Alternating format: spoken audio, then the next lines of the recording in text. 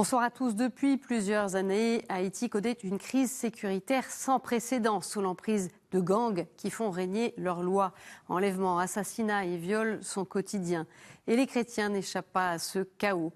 Alors comment, malgré ces violences, l'Église poursuit-elle sa mission? On va en parler avec notre invitée, sœur Marjorie Boursicot, religieuse salésienne haïtienne de passage à l'occasion de la Nuit des témoins organisée par l'Aide à l'Église en détresse, partenaire de cette édition. Mais pour commencer, quelques éléments à retenir. Haïti est situé sur le continent américain, dans les grandes Antilles. Il est frontalier avec la République dominicaine. Sa population est d'environ 11 millions d'habitants. Sa capitale est Port-au-Prince. C'est le pays le plus pauvre du continent, l'un des plus pauvres du monde. Alors côté religion, eh bien, les catholiques sont autour de 55%, les protestants 28,5%, les vaudous 2,1%, autres religions 4,4%. Agnostiques et athées, 10%. Tout de suite, je retrouve mon invité.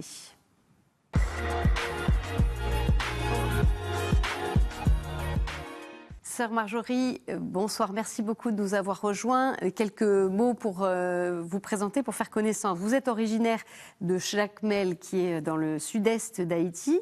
Vous êtes membre de la congrégation des filles de Marie Auxiliatrice. Vous êtes salésienne. Vous avez été envoyée dans plusieurs zones du pays au service d'école. Et puis depuis 2019, eh bien, vous êtes à Rome, où vous poursuivez des études à la faculté pontificale des sciences de l'éducation Auxilium. Alors on va bien sûr parler avec vous, ma sœur, de la situation chaotique que traverse votre pays. Et je voudrais d'abord vous poser une première question. Vous y êtes retourné, c'était en juillet, hein, c'était la première fois depuis votre départ en 2019. Ça a été un choc? Oui, vraiment, parce que c'est vrai qu'avant, il y avait eu des problèmes. Par exemple, en 2018-2019, nous avons connu des moments difficiles avec cette affaire de pays loc. Ça veut dire qu'on ferme le pays. Donc, des grandes manifestations? Oui, oui. Et c'était le confinement. Même avant Covid, nous avons fait l'expérience du confinement.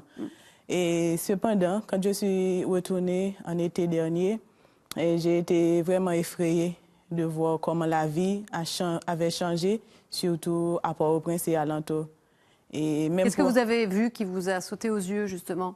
Oui, même pour aller voir ma famille, j'ai eu beaucoup de difficultés. Et parce que dans beaucoup de zones, il y avait eu des barricades et des pneus enflammés, des manifestations quotidiennes. Et aussi, dans certaines zones, il y a des hommes lourdement armés. Et c'est une situation vraiment triste et révoltante. Ouais. Que vous disent justement vos proches, votre famille, les sœurs aussi, vos sœurs, de ce qu'elles vivent au quotidien? Qu'est-ce qu'ils vous racontent? Bon, c'est une situation vraiment stressante. Et même pour sortir, c'était très difficile et de vaquer à ces occupations comme il fut un temps. Et les sœurs me disaient que pour sortir, c'est seulement par besoin, et par urgence, disons. Si on a un très grand besoin, mais ce n'est pas comme avant qu'on pourrait aller saluer un ami. Et non, ces choses-là, c'est plus comme avant, on ne peut plus les faire. Et c'est très difficile. Alors, selon le rapport de la stratégie nationale pour le désarmement, il y aurait à peu près 200 groupes armés aujourd'hui, regroupant plus de 3000 membres, dont des adolescents et des enfants. Vous avez vu, observé ce genre de situation, des très jeunes enrôlés dans des bandes? Est-ce que ça, c'est quelque chose que vous avez vu ou entendu parler de ça? Oui, j'ai entendu parler, j'ai entendu dire que ce sont des jeunes de 16 ans, de 15 ans qui font le kidnapping. Et c'est une situation très triste. Et ces jeunes-là, moi, j'imagine, et ça me fait remonter au temps de Don Bosco, et quand il y avait beaucoup de difficultés en Italie et que Don Bosco allait visiter ces jeunes-là, et c'est ainsi qu'il avait créé sa congrégation. Et des fois, en réfléchissant à la situation d'Haïti, j'ai dit là, je suis en 1800 en Italie, et c'était triste. Moi, je n'ai pas expérimenté, je n'ai pas vu vraiment ces enfants, mais j'ai entendu parler. On a dit que c'est vraiment des jeunes qu'on met devant pour faire ces actes-là. Même quand il y a de grands bandits peut-être derrière, mais on ne voit pas ces personnes, ce sont le plus souvent ces enfants. Et justement, vous évoquiez Don Bosco, qui est le père fondateur aussi des Salésiens. Alors, c'est le charisme de l'éducation, des écoles, et les sœurs de votre congrégation, elles animent plusieurs écoles à travers le pays. Justement, avec tout ce qui se vit en ce moment, quel impact sur l'école? Oui, et notre charisme, c'est l'éducation, donc et notre mission est d'être avec les jeunes. Mais je dois dire qu'en ces dernières années, notre mission est confrontée à de graves difficultés. Donc les sœurs ont beaucoup de difficultés pour accompagner les élèves. Quel genre de difficultés? Par exemple, il y a l'insécurité. Et cette année, l'année scolaire a été reportée à plusieurs reprises et les enfants ont dû avoir des vacances forcées de juin jusqu'à novembre. Et c'est du tout pareil parce que d'habitude, on commence avec les écoles en septembre. Et donc, ces enfants-là, on imagine qu'ils devraient passer toutes ces vacances à la maison sans rien faire. C'est quelque chose de très triste. Alors, vous parliez de cette jeunesse aussi, ces jeunes, ces adolescents, 16 ans, qui font des kidnappings, cette jeunesse aussi désœuvrée, qui a décroché. Est-ce que les sœurs, elles arrivent à rejoindre aussi ces jeunes très fragilisés ou voilà, où c'est vraiment un autre monde? Je dirais que ça dépend des endroits. Mais de notre côté, il y a les Salésiens qui font ce même travail. Nous autres, nous sommes beaucoup plus avec les filles et les Salésiens avec les garçons.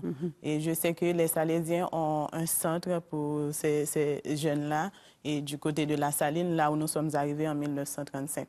Les Salésiens sont arrivés une année après nous pour faire ce même travail. Et ils ont un centre pour aider ces jeunes. Mais ce n'est pas toujours facile vraiment de les garder parce qu'ils sont déjà habitués avec ces trucs-là.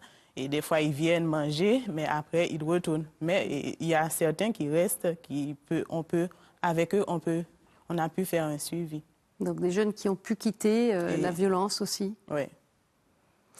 Alors les communautés religieuses, ma sœur, elles sont parfois la cible de violences. C'est le cas de la congrégation des filles de Marie Parédens. La congrégation avait déjà souffert beaucoup lors du tremblement de terre du 12 janvier 2010. Elle a mis des années à se relever grâce à des dons.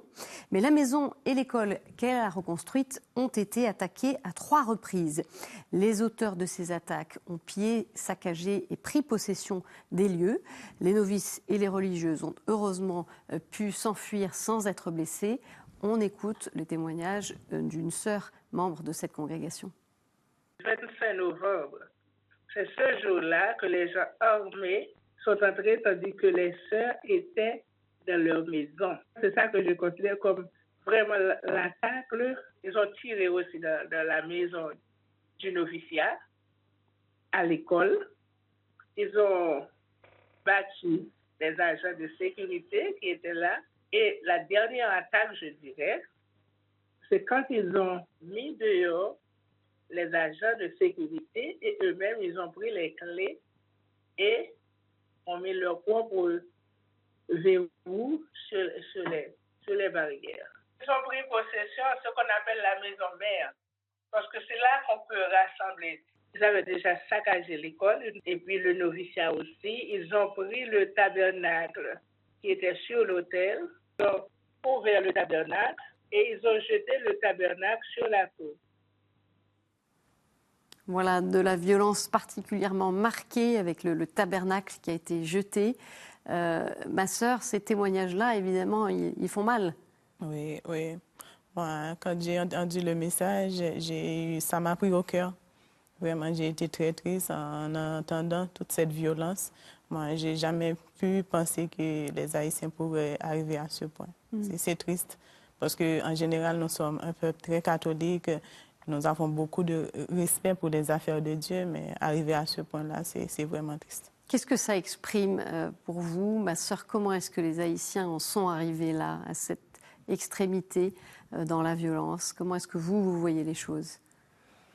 Bon, vraiment, c'est la situation. C'est peut-être le relativisme.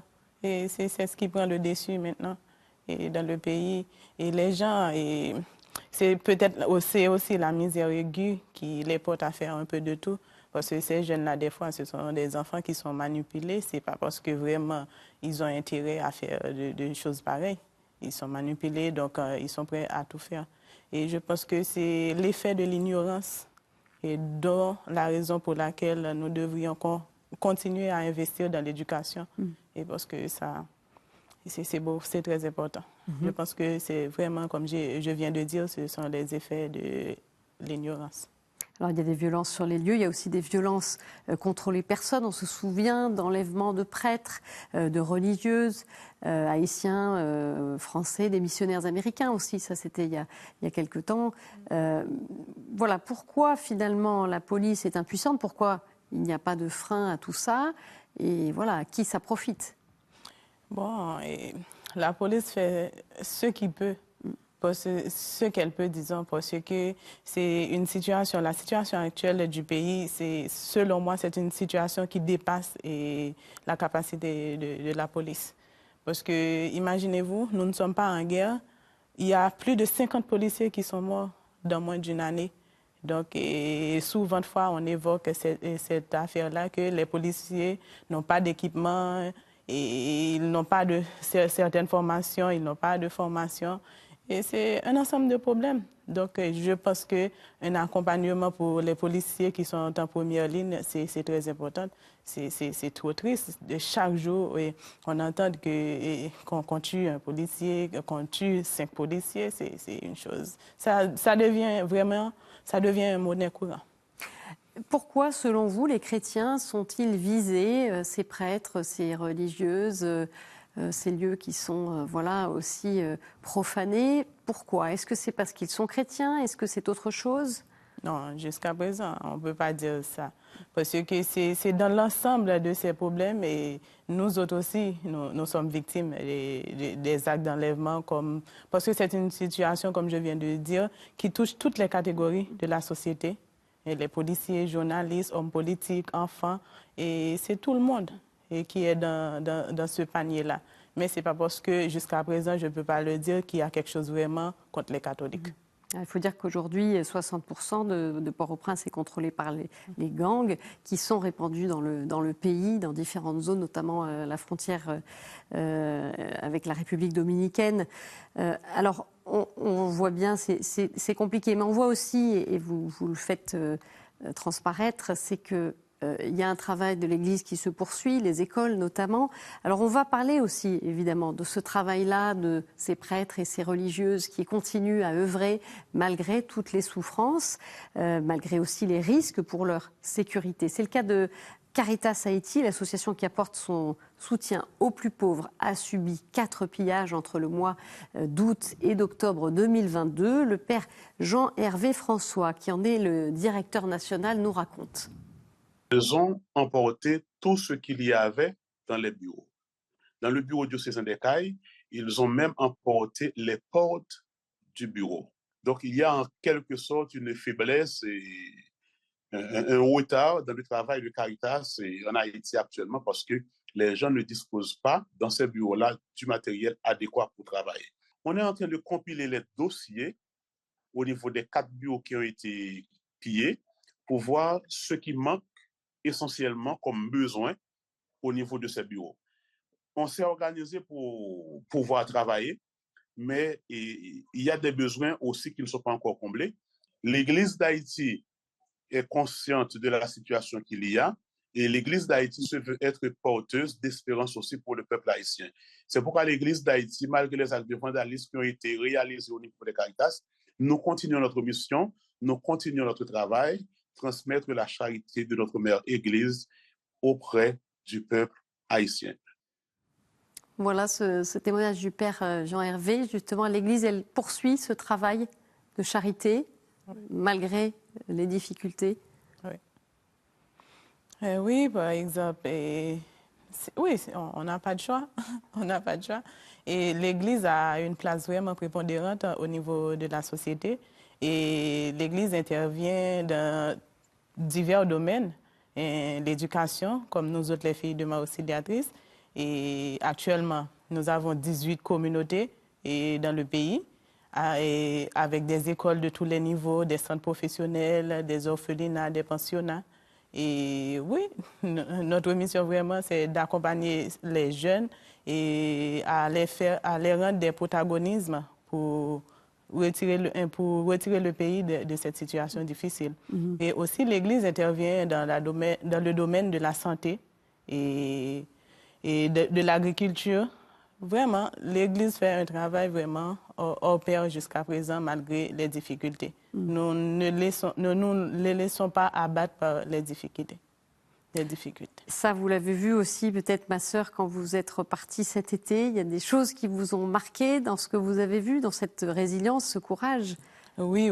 Et vraiment, dans ce quotidien si violent, ce qui m'a surtout touchée, c'est la résilience de notre peuple et cette capacité d'avancer malgré tout et de recommencer toujours et de rire et vraiment d'alimenter l'espérance.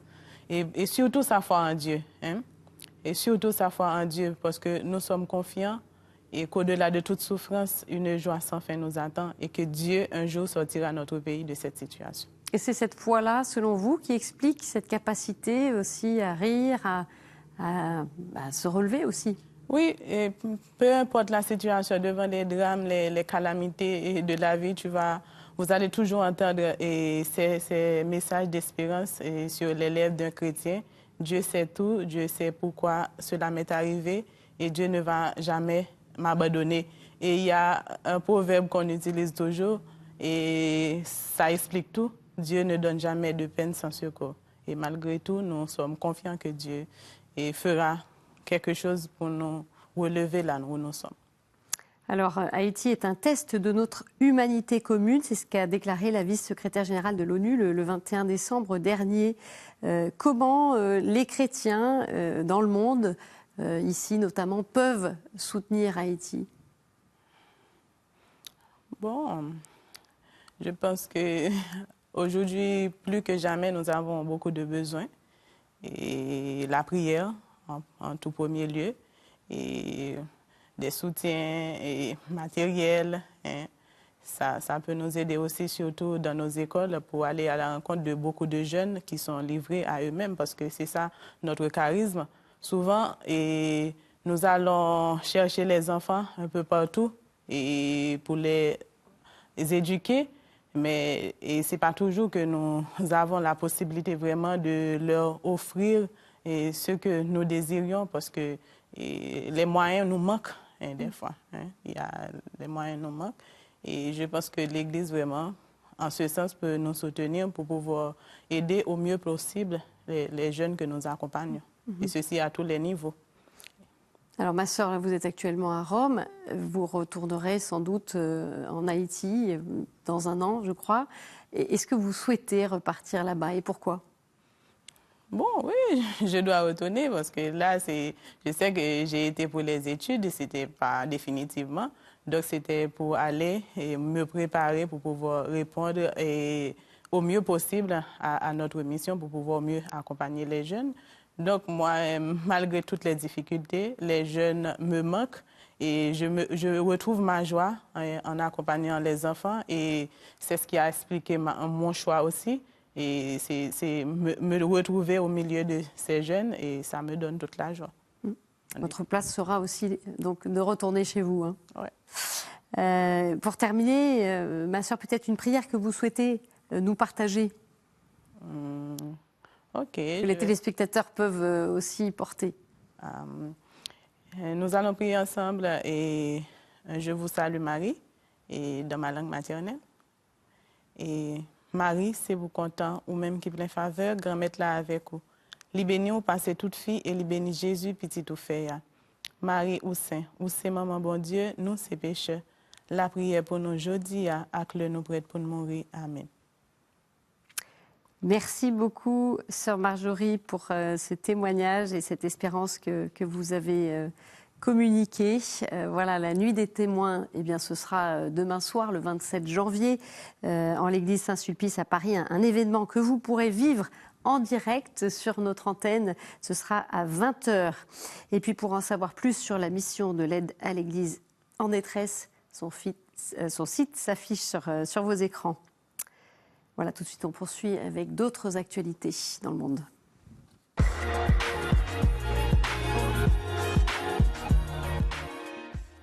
En République démocratique du Congo, après la découverte de fausses communes, le docteur Mukwege, prix Nobel de la paix, a demandé l'ouverture d'une enquête internationale. Une cinquantaine de morts, dont des femmes et des enfants, ont été découverts dans 2 fausses communes dans la province d'Ituri, située dans le nord-est du pays. Au Pérou, les manifestations violemment réprimées qui ont déjà fait 50 morts et 800 blessés se poursuivent. Les Péruviens demandent des élections anticipées et le départ de la nouvelle présidente, Dina Boluarte. Dans ce contexte tendu, comment l'Église se mobilise pour pacifier le pays ? On écoute Ismaël Vega, membre du Centre amazonien d'anthropologie et applications pratiques, un organisme créé par les évêques de l'Amazonie péruvienne. La Iglesia ha planteado desde un inicio el cese de la violencia, ¿no? Ni un muerto más, ¿no? Desde el comienzo. Lamentablemente han habido más muertos, pero creo que esa ha sido la posición clara de la Iglesia, no solamente a través de pronunciamientos, ¿no? Oficiales de la Iglesia y también de instituciones como la Conferencia Religiosos, ¿no? Y diversas congregaciones, sino también a través de jornadas de oración, de vigilias, que se han realizado en diferentes partes del país y también en Lima especialmente, ¿no? Incluso se han acercado a la Presidenta de la República, Dina Boluarte, a conversar con ella y a manifestarle la necesidad de atender la demanda de la población, de atender las protestas de la población. Hier, 25 janvier, solennité de la conversion de Saint-Paul. Le pape a célébré les secondes vêpres en la basilique de Saint-Paul hors les murs pour clôturer la semaine pour l'unité des chrétiens. On en voit quelques images, un rendez-vous annuel en faveur du dialogue œcuménique. Et puis c'est une première, une femme pasteur palestinienne ordonnée en Terre Sainte.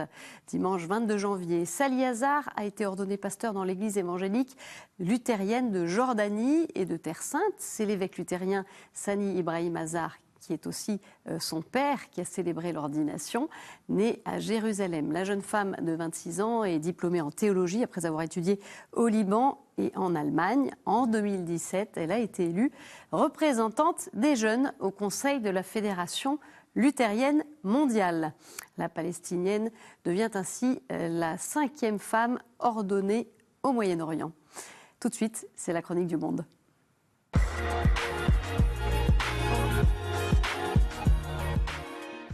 Et aujourd'hui, nous retrouvons depuis le Tchad Sœur Juliette Mgueta, religieuse du Sacré-Cœur de Jésus à N'Djamena. Bienvenue au Tchad, bienvenue au pays de Toumaï. Cette fois-ci, nous allons parler de l'engagement, mais de l'engagement concret d'une personne. Il s'agit de Dr Magui Inigri. Qui est Dr Magui Inigri?